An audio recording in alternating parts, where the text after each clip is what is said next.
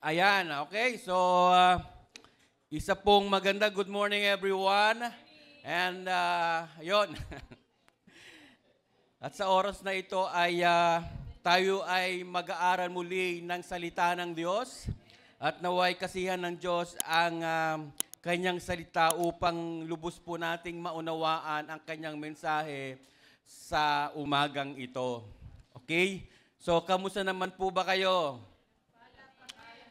Pinagpapala ng Panginoon. Amen. Of course, truly, we are so blessed and God talagang continuously give us all our needs. Amen.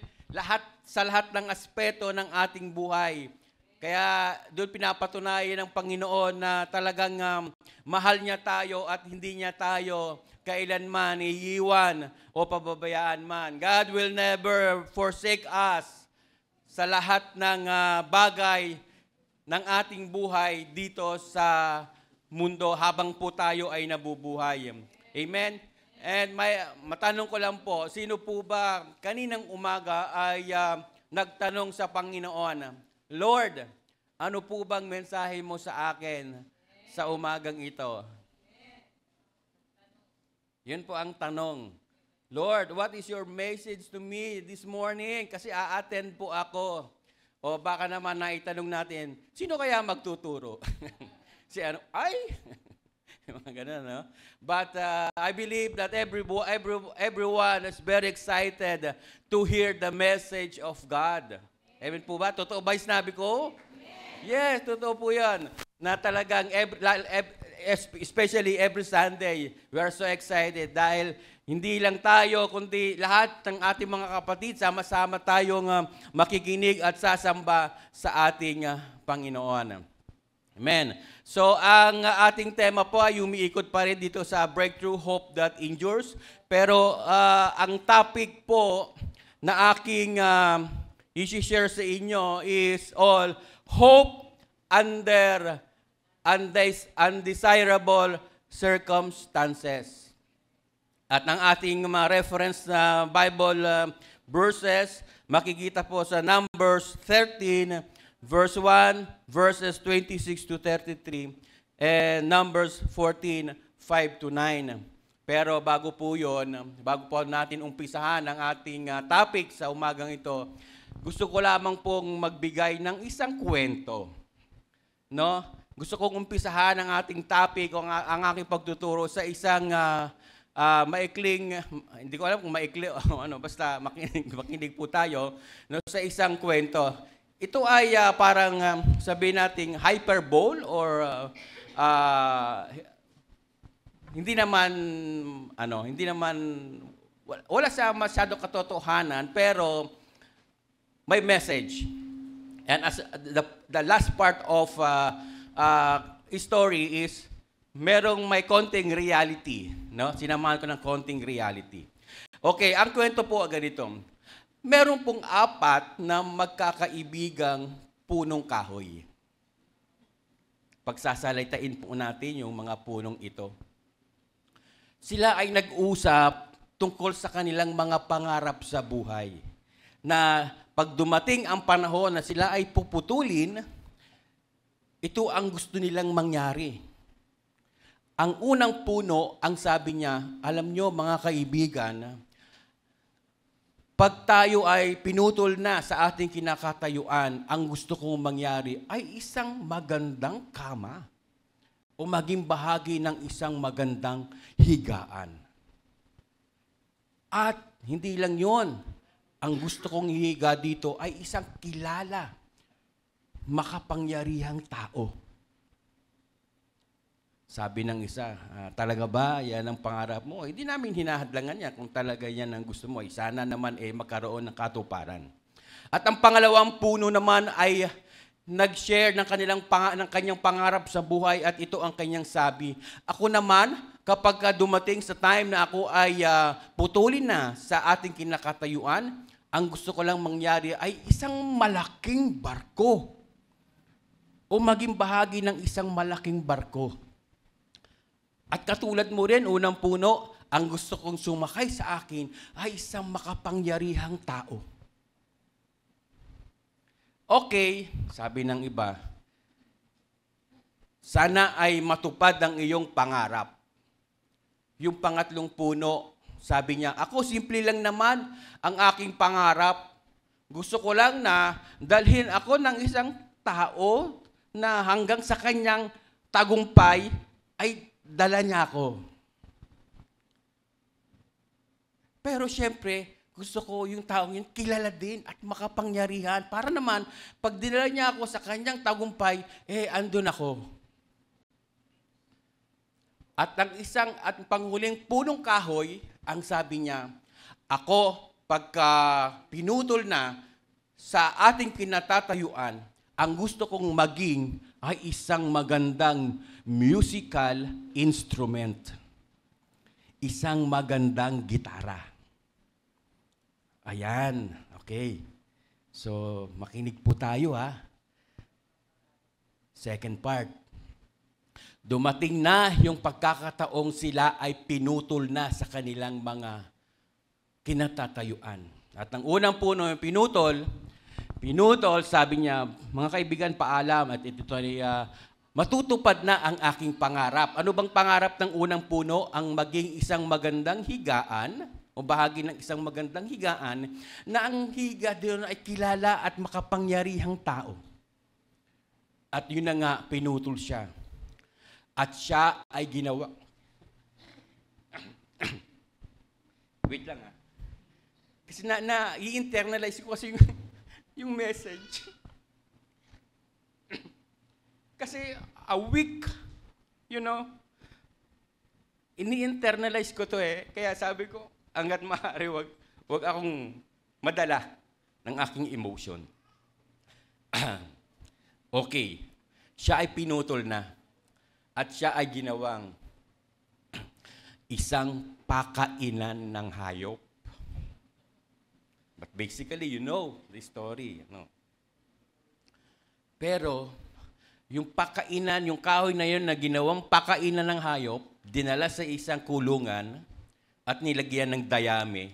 Maya-maya napansin niya may dumating na dalawang tao, yung babae ay buntis at nanganak doon sa loob ng kulungan at wala silang mahigaan doon sa sanggol, kundi yung isang pakainan na hayop ng kahoy na yun na nilagyan ng dayami, doon nilagay yung sanggol. At maya-maya may dumating na mga tao at sinamba yung sanggol na ito at naghandog ng mga mamahaling regalo. At ang sabi doon sa sanggol, you are the Messiah, ikaw ang hari ng mga hari. At nagulat itong kahoy na to, sino tong taong ito, sino tong batang ito na sinasamba at nireregaluhan. At that time, na-realize niya na natupad yung kanyang pangarap kasi nagkaroon ng kagalakan ng kanyang puso na merong isang tao na humiga doon dahil yun ang kanyang pangarap. Hindi man naging maganda ang kanyang naging itsura, but yung kanyang pangarap na higaan ng isang makapangyarihang tao ay nagkaroon ng katuparan. Pangalawang puno, pinutol at ginawang bangka. Akala ko ba barko na malaki? Bakit bangka? At nung siya ay nasa dagat na may sumakay na tao at dumating ang malakas na bagyo at pagkatapos nung halos tataob na ang bangkang iyon, tumayo ang taong yan at sinabi doon sa malakas na bagyo, tumigil ka! At tumigil ang bagyong iyon. At nagulat yung bangka, bakit sino tong taong ito? Na pinahinto ang inutusan na huminto ang malakas na bagyo at biglang huminto. Isa siyang makapangyarihan. At that time, na-realize niya na sinakyan siya, ginamit siya ng isang makapangyarihang tao para makapagpahinto ng mga bagyo. At siya, naramdaman niya yung kagalakan. Pangatlong puno, pinutol na at inilagay lang doon sa isang tabi. Maya-maya may dumating na maraming tao, kinuha ang punong iyon at ipinapasan doon sa isang tao hanggang doon sa bundok. ginawang krus. Nung nasa bundok na sila, may isang mama sa katabi ng taong iyon ang sabi, alalahanin mo ako pagdating mo sa iyong kaharian. Narinig iyon ng punong kahoy. Sino tong sinasabi na alalahanin sa kanyang kaharian? Sino tong taong ito na tinitingala at pagkatapos nagwika, it is finished. Anong ibig sabihin nun? Hanggang sa ma-realize ng punong kahoy na yon na nagtagumpay ang taong ito sa mga kasalanan ng sanlibutan. At simula noon nagkaroon ng kagalakan yung punong yun. At ang panghuli, ginawa siyang musical instrument ayon sa kanyang pangarap, gitara, isang magandang gitara. Natuwa siya kasi tila matutupad na ang kanyang pangarap na maging isang magandang musical instrument na isang gitara. Nung tumagal, nare-realize ng gitarang ito na kasi ang gusto niya mangyari, yung talagang ang tutugtugin siya ng isang tao na may pagkatakot sa Diyos. Pero hindi yon natupad. Doon na nangyari na siya ay naging gitara, subalit siya ay napas sa kamay ng isang mangangawit o manganganta na kinakanta sa isang sa sanlibutan na mga secular songs. Nagkaroon siya ng kalungkutan dahil yung dapat na siya ay tutugtugin ng isang taong kumikilala sa Diyos ay hindi nagkaroon ng katuparan. Dumating ang pagkakataon na nagkaroon ng konsyerto itong mga ngawit na to at ginamit yung kahoy na yon, yung ginawang gitara. Pero wala siyang kagalakan sa buhay. Maya-maya yung isang mga ngawit tumawag ng isang Kristiyanong kabataan at sinabi doon sa Kristiyano, kung kaya mong sumabay sa akin, ibibigay ko sa iyo ang gitarang ito. At nagawa nga ng Kristiyanong kabataan yon na tugtugin yung gitara. At natuwa yung mga ngawit at ito ipinagkaloob doon sa isang Kristiyanong kabataan. Tuwang-tuwa ang Kristiyanong kabataan ito, pag-uwi sa bahay ay kanyang tinugtog. Nagulat itong gitara. Ano tong nararamdaman kong kasiyahan? Ano tong nararamdaman ko na para bagang ang aking pakiramdam ay nabubuhay, nagkakaroon ng tagumpay, nagkakaroon ng katuparan ng aking mga pangarap. Ano itong naririnig ko na tinutugtog ako doon sa isang mga bagay na makalangit na para sa Panginoon. Doon niya lang na-realize ng gitarang ito na bagamat naging gitara siya, yes, pero hindi pa rin naging sapat, hindi katulad ng iba, hindi man naging physically, ganun yung kanilang nangyari, pero nagkaroon pa rin ng katuparan. Pero itong gitara ito, akala nung una pa lang ay nagkaroon na ng katuparan, pero sa bandang uli, doon niya na-realize. Sa totoo, talagang nagkaroon ng katuparan yung pangarap ng punong kahoy na yun na maging isang magandang gitara na tutugtugin sa harap ng ating Panginoon. So makikita ninyo,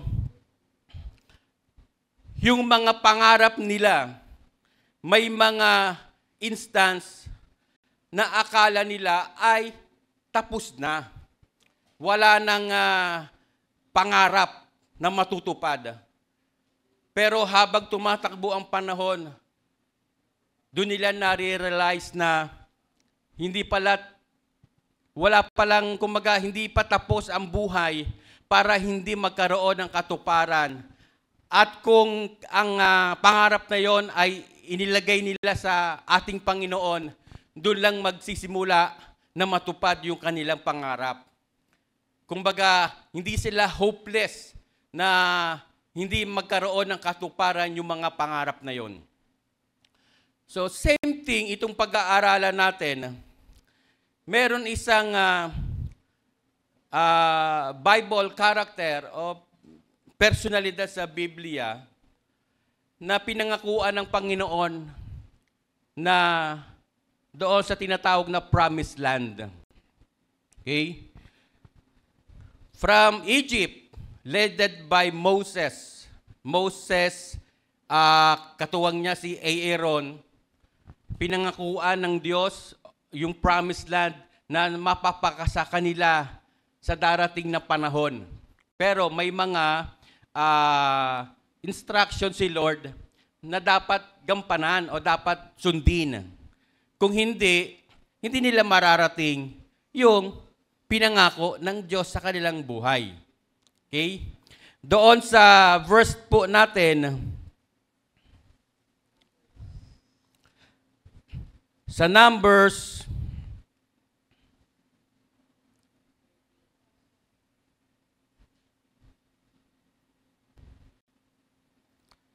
13:1, the Lord said to Moses, "Send some men to explore the land of Canaan, which I am giving to Israelites. From each ancestral tribe, send one of its leaders." So, nag-send po si Moses ng 12 spies. One leader each from the 12 tribes of Jacob. Okay? Pero hindi lang basta representative ito, talagang leader ng bawat tribo. And two of them was Caleb and Joshua. Caleb from the tribe of Judah and Joshua from the tribe of Ephraim. Sa bandang huli, kasi sila lang yung talaga mayroong courage na makuha yung ipinangako ng Panginoon. So lalaktaw po tayo ng verse. Punta po tayo sa verse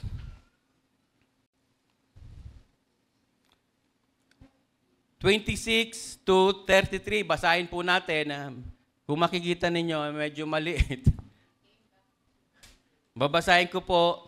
They came back to Moses. Sinong yung bumalik?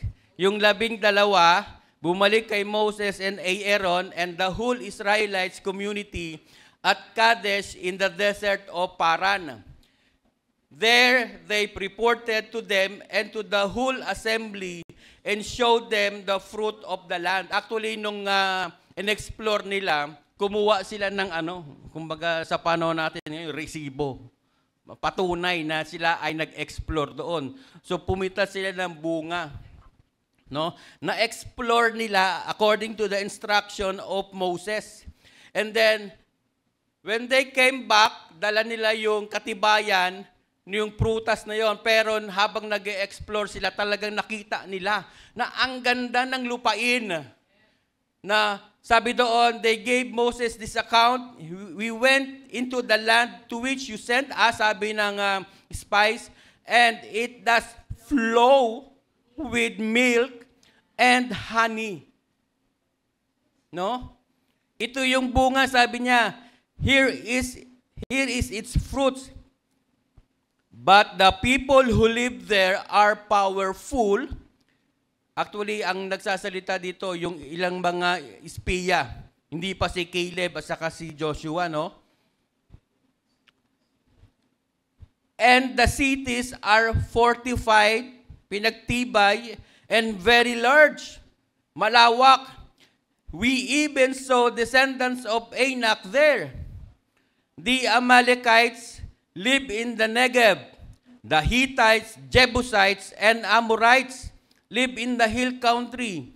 And the Canaanites live there near the sea and along the Jordan. Parang nag-report ka, ang ganda ng kalalagayan natin doon. Maraming umaapaw o flow with milk and honey. Pero nag-sideway ka, sasabihin mo, ay hindi natin to makukuha. Binigyan ka ng positibong information, pero at the end, puro full of discouragement. Huwag na lang. Sabi nila kay Moses, mamamatay lang tayo doon. No? Maganda nga yung lugar, pero ang dami nating magiging kaaway. Andyan yung Hittites, Jebusites, Amorites,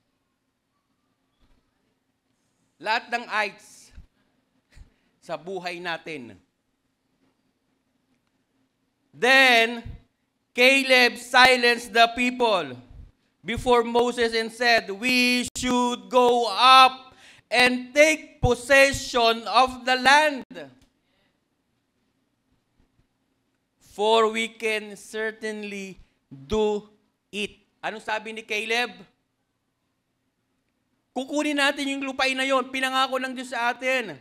At iyon ay makukuha natin. Yun ang sabi ni Caleb.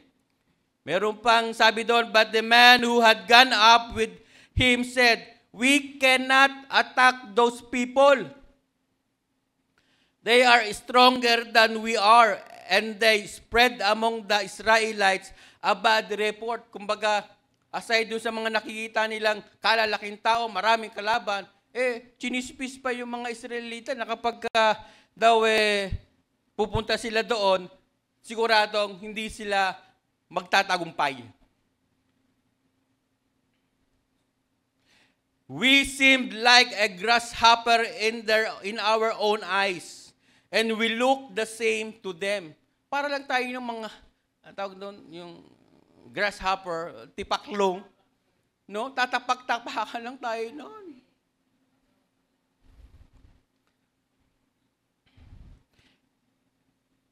Lakdaw tayo sa chapter 14, verse 5. Then Moses and Aaron fell face down in front of the whole Israelites assembly, gathered them. Joshua, the son of Nun, and Caleb, son of Jephunneh, who were among those who had explored the land, tore their clothes and said to the entire Israelites assembly, the land we passed through and explored is exceedingly good. Okay? If the Lord pleased with us, He will lead us into the land. Again, if the Lord please us, He will lead us into the land flowing with milk and honey, and will give it to us. Nakuha nyo? Kung malulugod ang Diyos sa atin, dadalhin niya tayo doon sa lupang pangako na flowing with milk and honey. Only do not rebel against the Lord and do not be afraid of the people of the land. Kung ang mga kasama ni Caleb and ni Joshua is though may positive but full of discouragement, itong dalawang taong ito, talaga namang wala kang maririnig na hindi natin kaya. Kaya natin ito. Kung i-imagine mo, para kang lang grasshopper, wala talaga. Talagang pagka sinugob mo, talagang totally you are defeated. Di ba? Kung i-entertain mo yung sinabi ng ilang mga speaker, ay wala na. Di ba? Hindi ka na magpupush through doon sa gustong mangyari ng Diyos sa iyong buhay. Kasi ang gusto ng Diyos ay marating nila ang promised land. Yun ang gusto ng Lord. Unfortunately, from the time of Moses and Aaron, ang daming mga murmuring, a lot of reklamo ang mga Israelita. Kaya nagalit ang Diyos dahil sa kanilang mga negatibong iniisip o yung mga kawalan nila ng pananampalataya. Kaya during that time, halos ang nakarating lang yung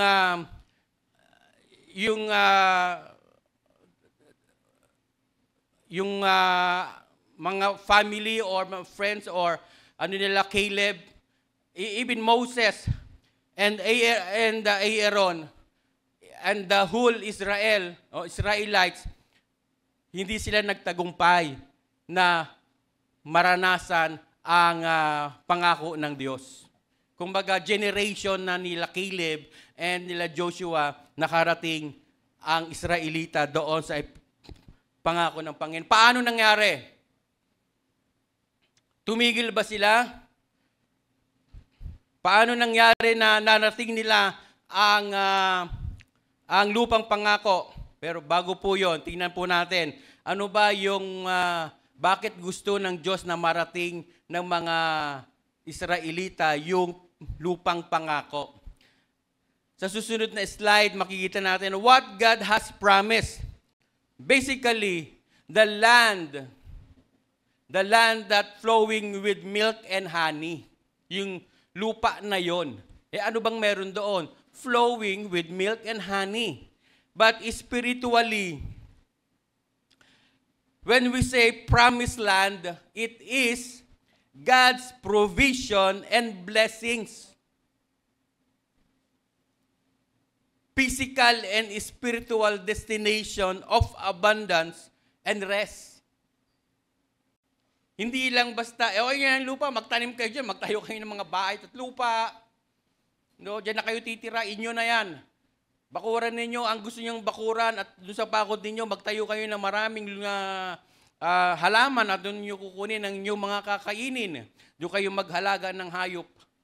Spiritually, hindi po ganon.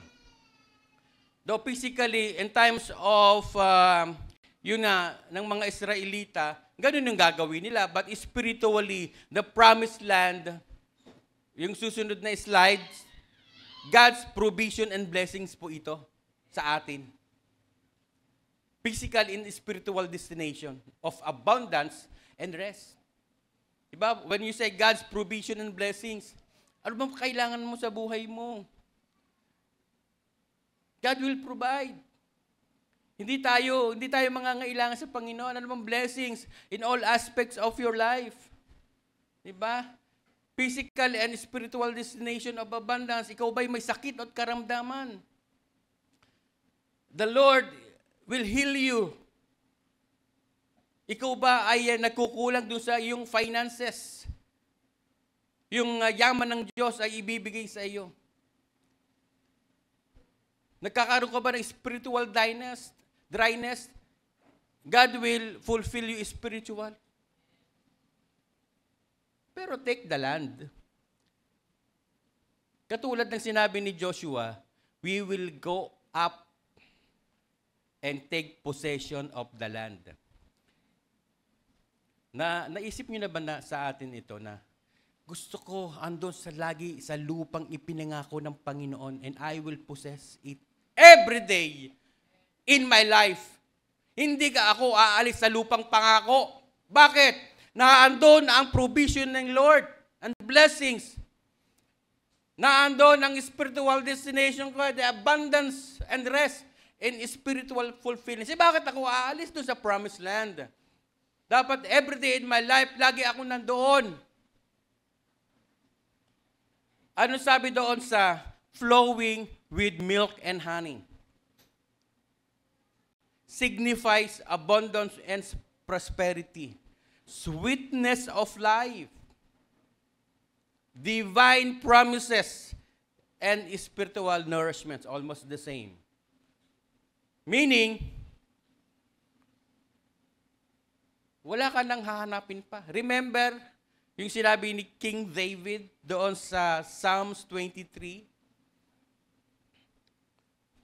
Sige nga, basahin natin iyon. Psalms 23 verses 1 to 6. May nakakita na po ba?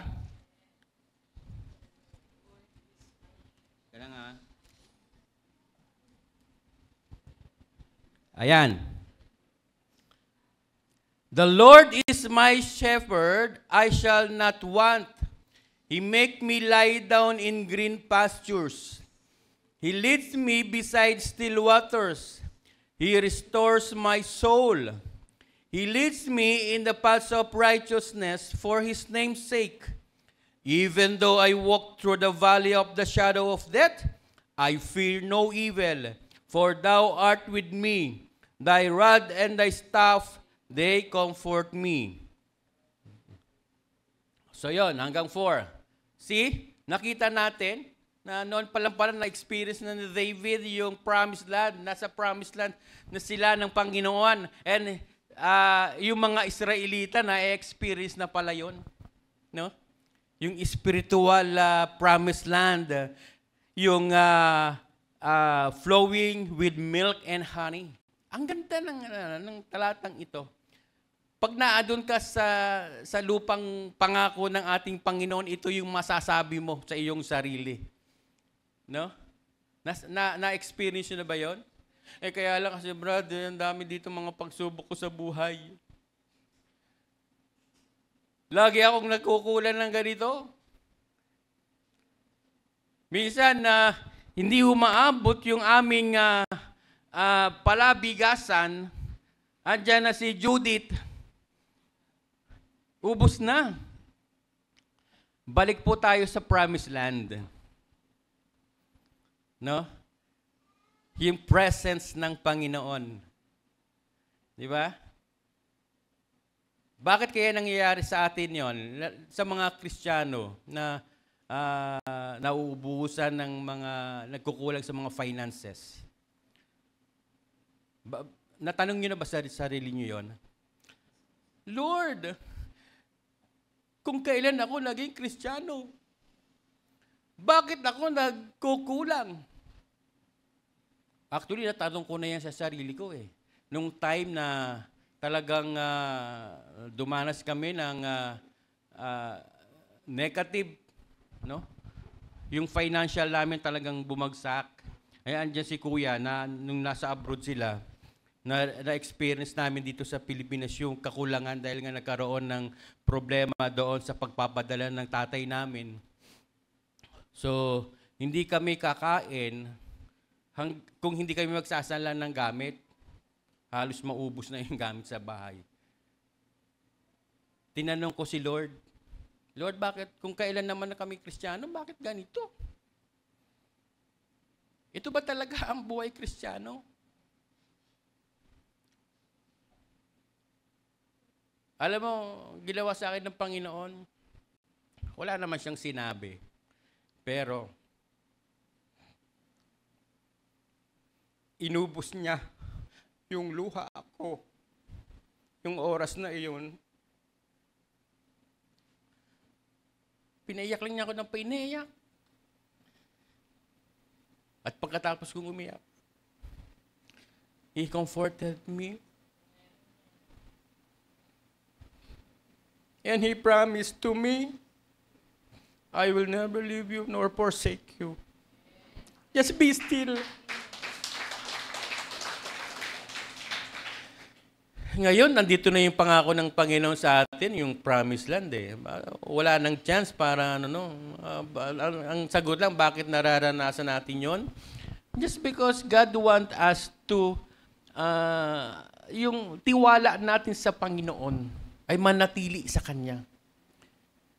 Kung iisipin nga natin, bakit may mga Kristiyano nagsasuffer until death ng kanyang buhay? Why Christians? Some Christians talagang namamatay na sa ICU, namamatay niya. Why? They are Christians. Because God wants yung trust until the last breath ng ating buhay, andun yung tiwala natin sa Panginoon. Kasi once na lagutan tayo ng hininga na dito, wala nang lagutan ng hininga sa langit.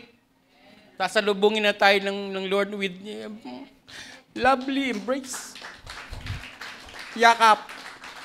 Yayakapin ka ng Diyos pagdating mo sa langit. Alam niyo ba yon?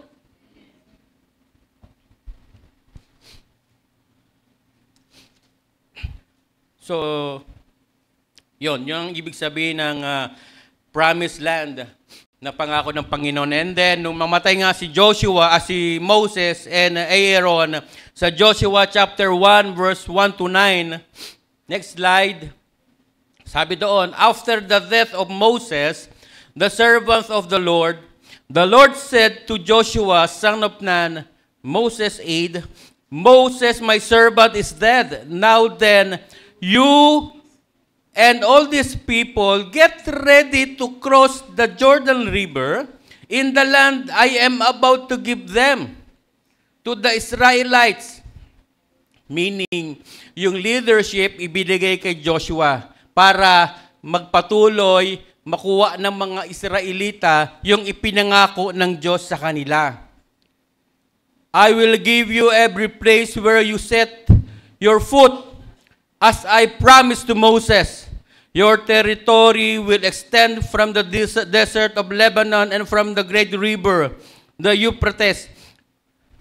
To cut the story short to sa Joshua, inihanda na ng Diyos si Joshua para i-lead ang mga Israelita going to the promised land flowing with milk and honey. Unfortunately, there are some obstacles na kailangang malagpasan nila. Una, yung pag-cross doon sa Jordan River, that is river, may tubig. Dala nila ang Ark of the Covenant na hindi pwedeng magalaw. So, binigyan sila ng instruction, okay, pagdating nyo sa Jordan River, stay lang kayo dyan, matutuyo yung lupa, yung tubig. Hanggang sa makatawid sila doon. At nakatawid sila.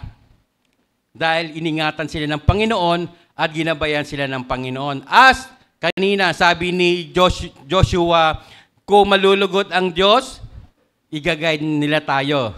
Di ba? So nalugod ang Diyos sa buhay ni Joshua, ni Caleb, dahil wala silang pag-aalilangan at gusto nilang makuha ang promised land. And another major obstacle is the wall of Jericho. Ito ang matindi. Kung titignan natin ang ating mata at ng ating isipan, it is impossible to cross to the wall of Jericho na napaka talagang makapal at hindi basta-basta o hindi magigiba. Okay? So, ang instruction ng Diyos kay Joshua, alam na natin yung istorya. Iikot kayo doon, 6 na araw, bawat araw, 1 beses. At pagka 7 araw na, iikot nyo ng 7 times. Meron kayong priest na magbo-blow ng trumpet. So bilang preparation, tinipon ni Joshua yung kanyang mga army, yung mga priests, and especially yung magdadala ng Ark of the Covenant, and every day, umiikot sila doon. First day, pahinga na uli. Second day, ikot na uli. Nung maka-7 araw, ito na. Ikot na sila 7 araw, and at the shout, blow the trumpet, and everybody shout, sabi ni Joshua. So what happened to the wall of Jericho? Collapse. Bumagsak. Sige, palakpakan natin ang Panginoon. Bakit bumagsak? Maraming bagay bakit bumagsak ang wall of Jericho. Meron ba kayong naisip na isa? Obedience.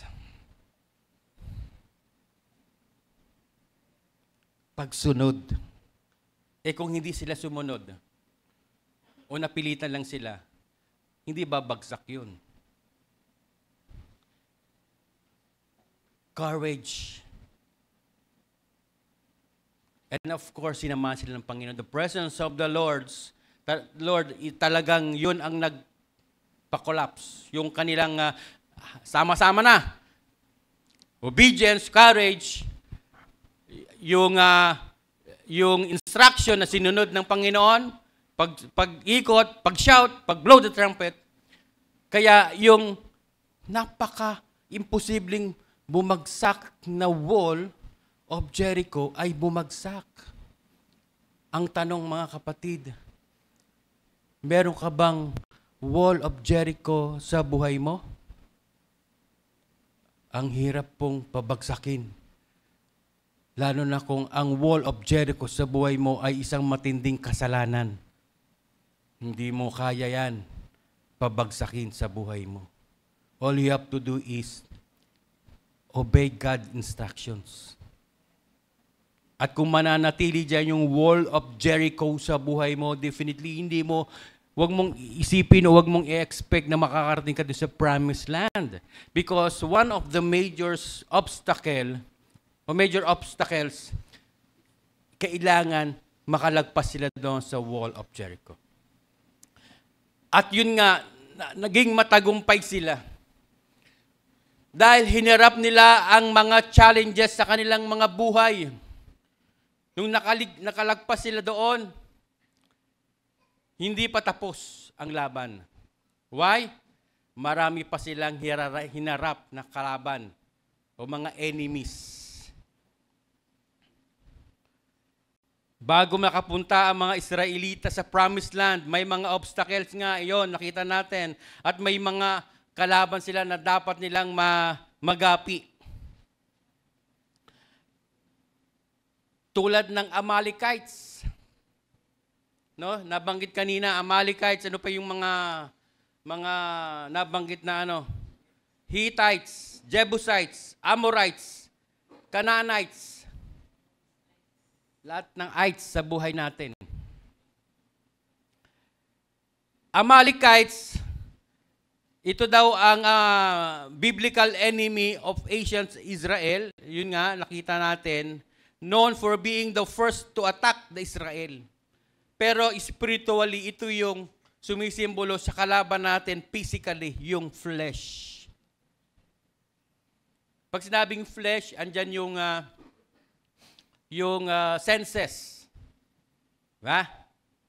Andyan yung lust of the flesh, lust of the eyes, pride of life. Yan. Yung may Amalekite sa buhay natin. Ayaw natin yan, ayaw ng Diyos yan. Kaya gusto ng Diyos yan ay isa sa pabagsakin natin sa ating mga buhay. Hittites. This name means terror. They were giants who brought fear, confusion, and discouragement to others. Nakita nyo naman, di ba? Nung una pa lang, kailan Moses pa lang, espiya pa lang ang pinadala. Anong nangyari? Natakot na sila. Hindi! Ayaw naming mamatay doon. Ayaw naming pagtapak-tapangan lang. Hindi tayo aatake. This is our enemy because spiritual Israelites should only fear God and not anything other. Diba? Makikita natin sa Proverbs 29, verse 25. Fear of man will prove to be a snare, but whoever trusts in the Lord is kept safe. Jebusites.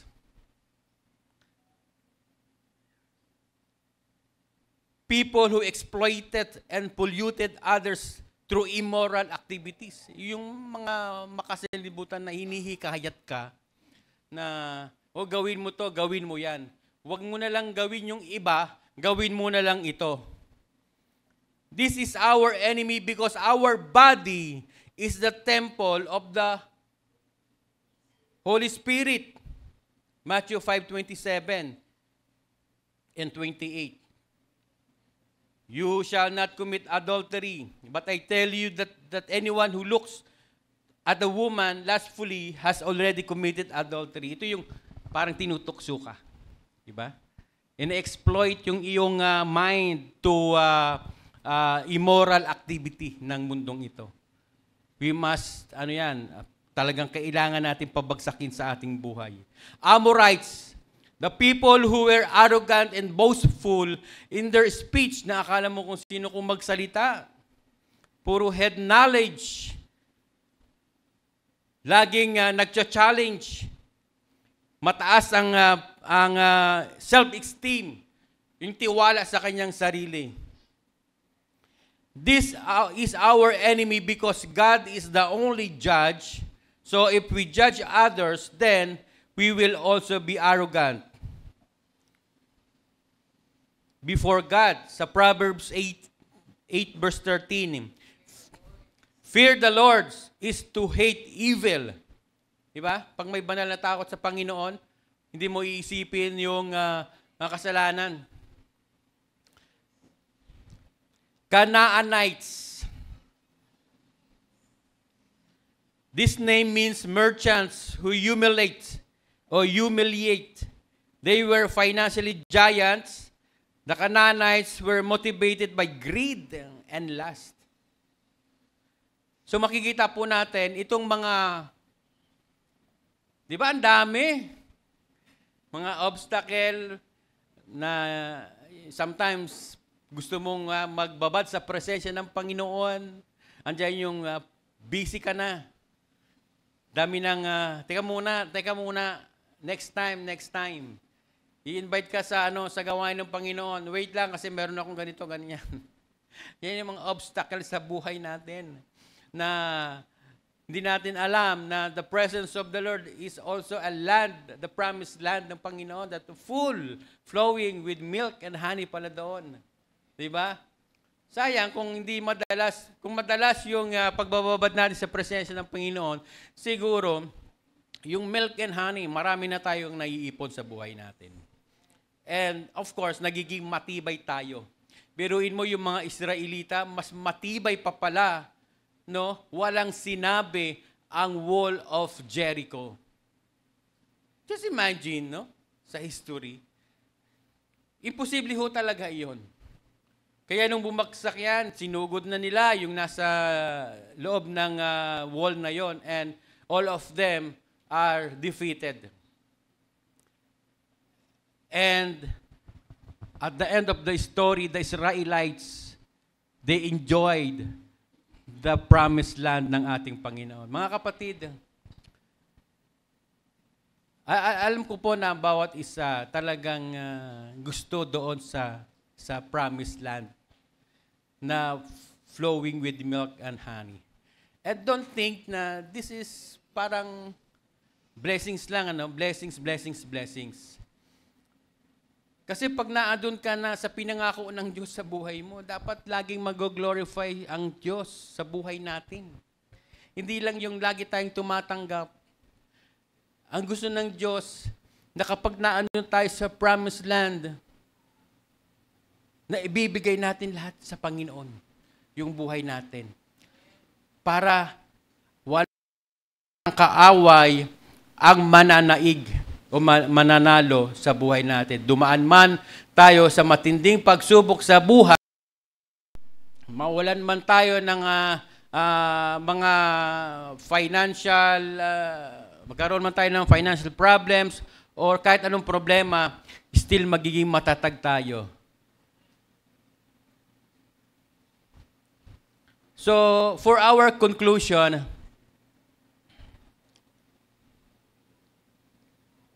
sabi doon, if we want to enjoy the land with flowing with milk and honey, we must overcome the obstacles and defeat our enemies. Meron akong isang napanood na movie. Ang kalaban nila, sinugod sila ng nung mga malaking insekto. Ang dami. Puro kalaban lang nila yon, mga sundalo. Hindi nila mag-api kasi ang dami nga eh, 'di ba? Parang langgam. Langgam na ang dami-dami. Siyempre, pag nag-api mo yung isang pulutong na yon, meron pa kasi ang dami nga nila sumusugod. Yung mga leaders ng United Nations nag-meeting. Tumayo ang isang babae, ang sabi niya, kung gusto niyong magapi ang inyong kaaway, kilalanin niyo ito.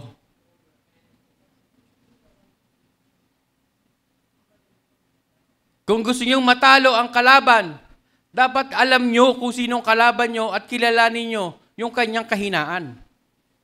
Sino ba ang kalaban natin? Si devil. Meron pa. Sarili natin. Huwag natin isisi lahat sa devil. Sarili minsan natin. Baka mamaya sabihin ng demonyo, "No, wala na akong pakialam sa iyo, kakampi na kita eh." Ikaw na yan. Di ba? But we have the power to overcome the works of the devil. Minsan ginagamit din ng kaaway yung ating katawan, yung ating senses. Kaya nga alamin natin. So, malalaman lang natin yan kung tayo ay nagpapatuloy sa presensya ng ating Panginoon. Yung discernment ng Lord ibibigay sa atin. Kaya yung iba nakakalungkot dahil sa nangyayari sa kanilang buhay, sinisisi na nila ang Diyos.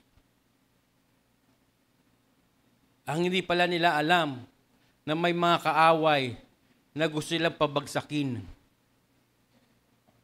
Pero hindi mangyayari sa atin yan. Amen? Bakit?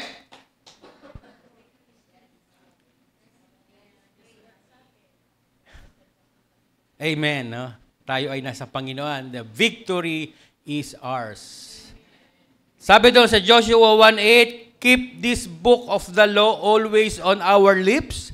Meditate on it day and night so that you may be careful to do everything written in it. Then you will be prosperous and successful. Gusto mo bang maging prosperous and successful? Anong gagawin natin?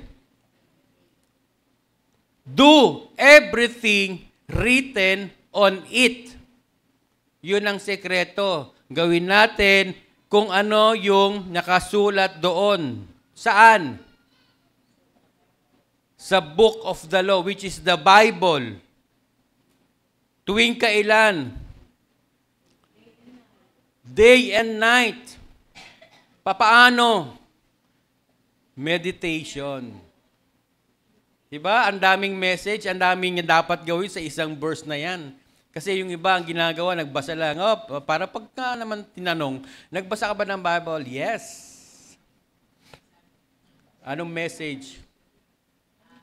Diba kahit isang verse lang, kung may meditate mo sa isip mo, ang daming revelations.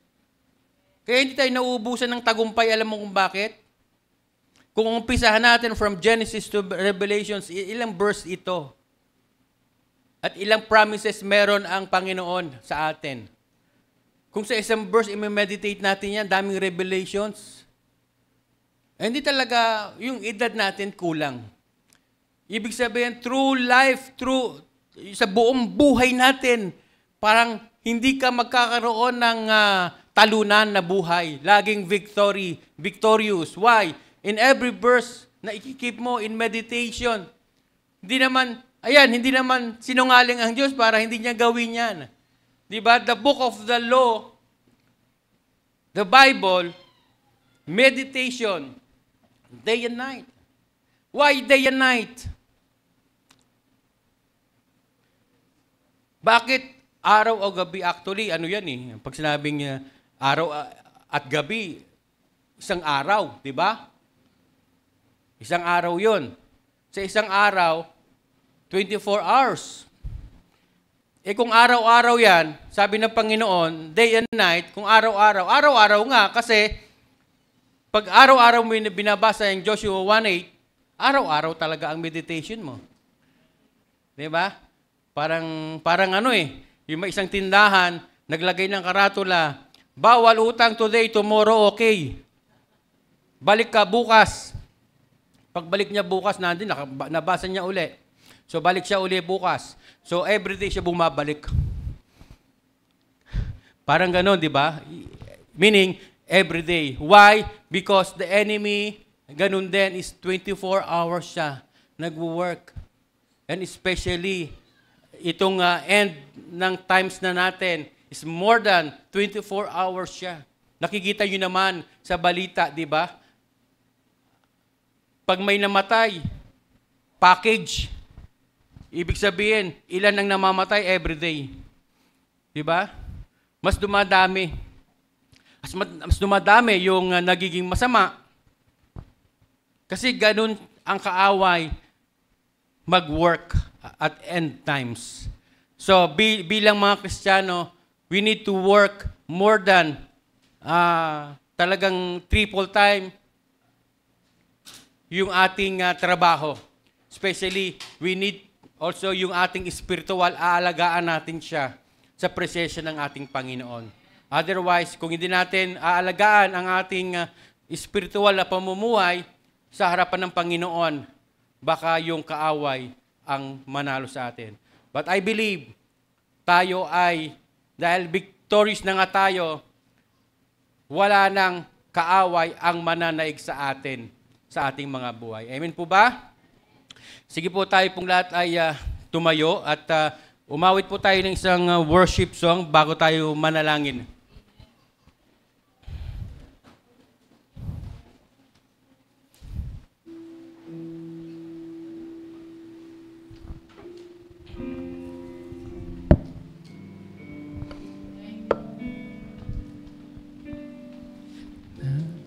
Nais kong mamasdan ang iyong kagandahan. Nais kong manahan sa piling mo kailanman. Ang ibigin ka siyang nais ko. Ang sambahin ka siyang ngiti ko, hindi nalalayo, hindi nalalayo ang pangako ko. Nais kong mamasdan ang iyong kagandahan. Nais kong manahan sa piling mo kailanman. Ang ibigin ka siyang nais ko. Ang sambahin ka ang siyang ngiti ko. Hindi nalalayo, hindi nalalayo pangako ko.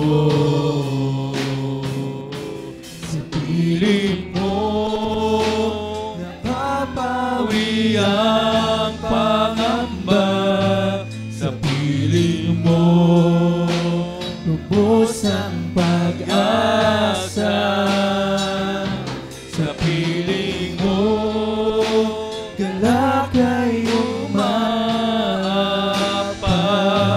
Sa piling mo, oh Diyos, sa piling mo napapawi ang pangamba. Sa piling mo lubos ang pag-asa. Sa piling mo galak ay umaapaw. Sa piling mo, Bisa pa nating awitin. sa piling mo napapawi ang pangamba. Sa piling mo lubos ang pag-asa. Sa piling mo galak ay umaapaw. Sa piling mo, oh Diyos, sa piling mo.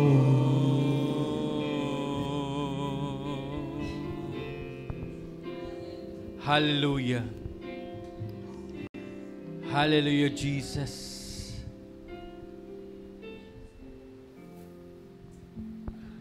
Hallelujah, Jesus.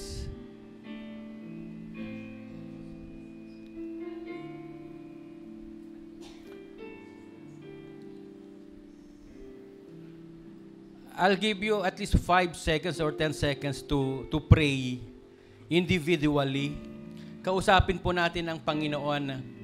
Kung meron tayong mga obstacles sa buhay, bakit hindi natin nararanasan ang pagkilos ng Panginoon? O feeling natin may marami talagang kumakalaban o marami tayong kaaway spiritually. It's time to lift up your life to God in a silent moment. Mag-pray po tayo in 5 seconds or 10 seconds. Please.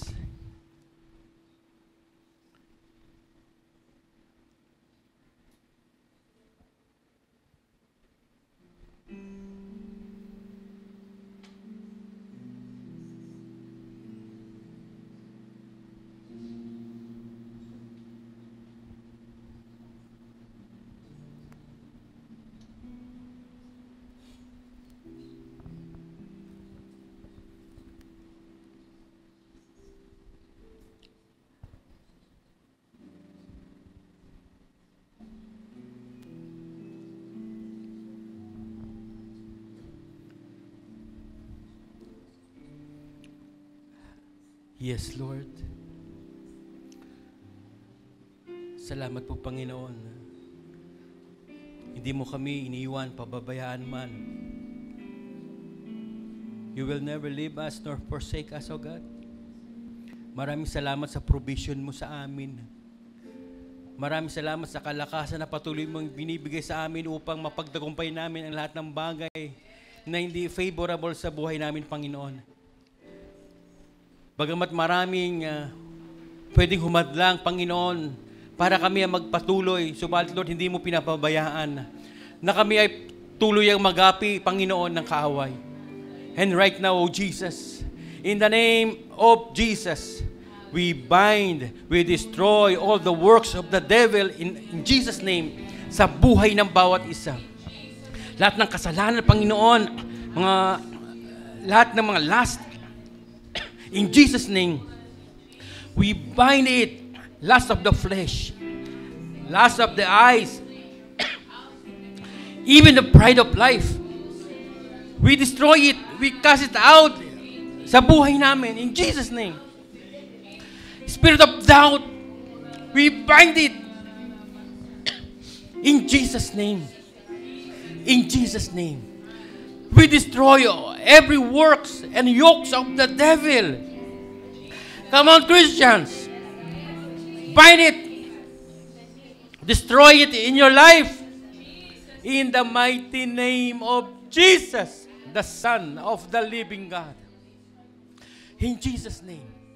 At lahat ng umahadlang Panginoon sa kanyang pananampalataya, winawasak namin. Kahina ang Espiritu. Panginoon, in Jesus' name. In Jesus' name. Kawalang gana sa pananalangin, Lord, we destroy it in Jesus' name. In Jesus' name. Pagiging masamang ugali, Panginoon. Kaduwagan sa pagpapahayag ng salita ng Diyos, in Jesus' name. We destroy it, we cast it out in the name of Jesus. In Jesus' name. And all the plans of the devil, in Jesus' name. In Jesus' name. We declare and we pronounce in the name of Jesus that the devil is totally defeated in Jesus' name. In Jesus' name. Wala ka nang magagawa. Because we are covered, sealed by the blood of the Lamb, the Son of the living God. In Jesus' name, in Jesus' name. At yung mga sakit at karamdaman, mga bagay na umaalipin sa aming katawan ay wala ng katagumpayan. Ang magagawa lang na lang dito nila ay umalis at huwag manatili sa aming isip, sa aming katawan. Sa pangalan ni Jesus, sa pangalan ni Jesus. Maraming salamat po, Panginoon, sa iyong pagmamahal sa amin. Sa provision ibinibigay mo sa amin sa panahon na kami ay nangangailangan, sa panahon kami ay nanghihina. Nariyan ka, O Diyos, sumaakay sa amin. Kung kaya kami, O Diyos, ay patuloy na nakatatayo sa iyong harapan. Maraming salamat, Panginoon, sa iyong lubos na biyaya at awa. Maraming salamat, Panginoon, sa lahat ng bagay na ginagawa po ninyo sa buhay namin. Lord, continue to bless all my sisters and brothers, sealed with your holy blood and with your Holy Spirit, the life of each everyone here, Panginoon, hindi lalabas sa lugar na ito na hindi taglay ang iyong pagpapala, pag-iingat at lahat ng provision sa kanilang buhay sa pangalan ni Jesus. In Jesus' name. Lord, tanggapin mo ang lahat ng papuri, pasasalamat, kaluwalhatian, ang kataas-taas ng pagsambay sa iyo lamang. In Jesus' name. In Jesus' name.